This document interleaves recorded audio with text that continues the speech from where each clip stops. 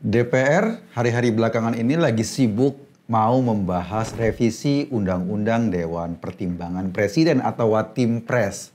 Inti revisinya adalah soal posisi dari lembaga tersebut. Tadinya lembaga itu di bawah presiden sesuai dengan Undang-Undang Nomor 19 Tahun 2006. Nah, dia mau direvisi sehingga nanti posisinya menjadi lembaga tinggi negara. Nanti posisi lembaga tersebut itu setara dengan presiden. Seperti BPK, seperti DPR. Dengan kata lain, revisi ini menghidupkan kembali peran Dewan Pertimbangan Agung yang dulu pernah dihapuskan di zaman reformasi. Kenapa dihapus? Karena dianggap nggak efisien. Dulu, posisi DPA atau Dewan Pertimbangan Agung itu tercantum dalam Undang-Undang Dasar 1945. Makanya, ketika proses penghapusan harus melalui amandemen undang-undang. Nah, sekarang ketika mau dihidupin lagi, anehnya nggak melalui amandemen undang-undang dasar, tapi cukup dengan undang-undang doang. Padahal kan posisi undang-undang itu logikanya di bawah undang-undang dasar dong. Jadi bagaimana mungkin sebuah lembaga yang dihapuskan waktu itu lewat amandemen undang-undang dasar lalu mau dihidupin lagi cuma dengan undang-undang yang kedudukan hukumnya di bawah undang-undang dasar. Tapi oke lah, hukum apa sih yang nggak bisa ditekuk saat ini? Kalau kita dengerin kata Yusril Ihdja Mahendra, Ketua Umum Partai Bulan Bintang, yaitu partai yang mendukung koalisinya pemenang pemilu saat ini, secara substansi itu nggak ada yang berubah. Baik Watimpres maupun lembaga baru ini nih, yang DPA.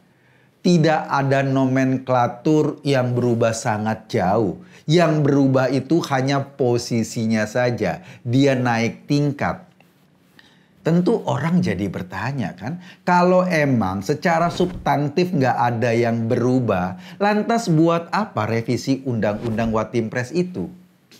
Oh mungkin selama ini posisi Watimpres itu dianggap seolah-olah ada, tapi juga kayak nggak ada. Kayak lembaga yang hidup syukur mati ogah gitu deh. Mereka memang berfungsi memberi nasihat kepada presiden. Pertanyaannya, seberapa berperan nasihat mereka terhadap keputusan seorang presiden? Misalnya, seberapa peran Watimpres yang sekarang ada? Apakah ikut menentukan ketika presiden mengambil kebijakan mau buru-buru pindah ke IKN? Atau apakah Watimpres pernah menasehati presiden soal bahayanya keputusan MK nomor 90 yang mengkutak-katik soal usia capres dan cawapres? Yang ujung-ujungnya menguntungkan anaknya presiden. Setidaknya bahaya dari sisi logika hukum kita. Atau betapa bahayanya keputusan MA yang mengubah tafsir usia soal usia calon gubernur dan calon wakil gubernur. Dan kita tahu pengubahan itu yang diuntungkan adalah anaknya presiden lagi. Bagaimana Watimpres ini memberi pertimbangan, memberi nasihat bahwa hukum kita akhirnya sudah dikacaukan dengan logika-logika kekuasaan. Kok rasa-rasanya gue ragu kalau Watimpres ini memberikan nasihat atau nasihatnya didengerin. Wong keberadaannya memang di bawah presiden, jadi semacam kayak teman ngobrol doang gitu. Itu juga kalau presidennya punya waktu.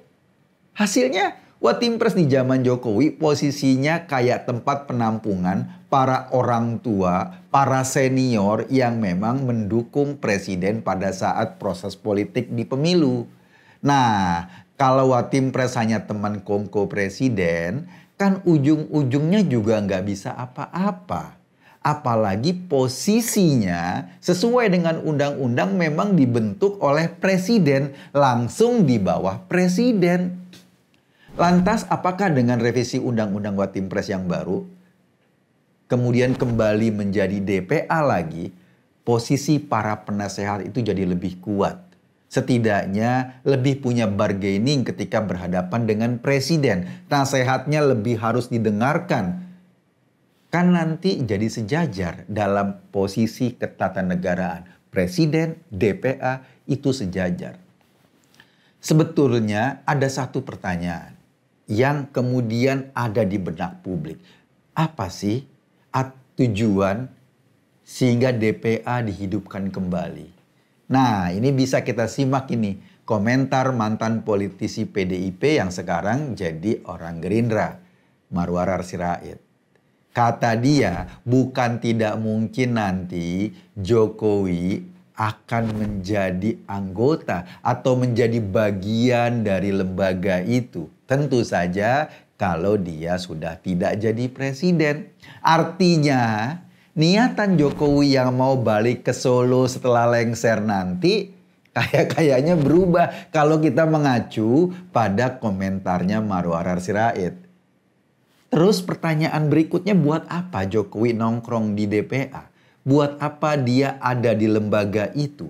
Buat apa seorang mantan presiden tetap duduk dalam lingkaran kekuasaan? Karena posisinya secara ketatanegaraan sejajar dengan presiden, tentu nggak akan kayak Watimpres yang sekarang ini cuma jadi teman kongko doang, yang nasehatnya bisa didengar sambil lalu doang. DPA nanti akan punya daya bargain terhadap presiden, akan punya power yang berlebih terhadap presiden. Karena apa? Posisinya itu. Kalau kita ingat-ingat, Pak Prabowo pernah ngusulin ada Presidential Club. Itu usul beberapa waktu lalu. Presidential Club ini yang mau memberikan forum buat para mantan presiden. Mungkin logikanya agar mantan-mantan presiden itu punya satu forum dan kemudian support presiden yang berkuasa saat ini. Kita nggak tahu apakah DPA ini semacam perpanjangan tangan dari ide tersebut. Dari ide Presidential Club tersebut. Tapi yang pasti ya, kalau merujuk kata-katanya Ara, Marwarar Sirait, DPA ini semacam lembaga untuk menampung Pak Jokowi setelah dia lengser nanti. Mungkin Presiden Jokowi nggak kayak mantan-mantan presiden lainnya yang biasanya setelah berkuasa relatif menjaga diri, tidak cawe-cawe dalam pemerintahan. Meskipun kalau kita dengar Presiden Jokowi berkomentar soal DPA ini, ya statementnya kayak biasa. Kayak tidak langsung menyetujui usulan dari Ara itu. Biasanya dia cuma bilang yang rasional aja lah. Kita ingat dong statement ini kapan disampaikan dulu tuh. Ketika Mas Gibran mau didorong jadi cawapres. Seperti juga Gibran atau Kaesang, untuk jalan mendapat jabatan yang dibutuhkan, mereka bisa jalan sampai ke sana dengan melakukan perubahan terhadap aturan hukum atau undang-undang. Nah, kalau pakai logikanya Ara, sekarang untuk Pak Jokowi dapat posisi terhormat dalam pemerintahannya Prabowo, langkahnya ya revisi undang-undang Watimpres ini. Makanya nggak salah orang bilang kekuasaan itu emang memabukkan. Ketika sudah duduk orang jadi lupa berdiri. Kita nggak tahu apakah ini semacam langkah untuk menolak pensiun. Lalu ada satu pikiran yang kemudian berkembang di masyarakat. Kalau undang-undang ini disahkan, kan akan membuka peluang untuk digugat ke MK. Kenapa? Karena menghidupkan DPA tanpa lewat amandemen itu jadi aneh juga. Ya ujung-ujungnya hukum kita, kepastian kita, aturan kita jadi kayak bancakan seperti ini. Gue Eka Guntadi. Masuk Pak.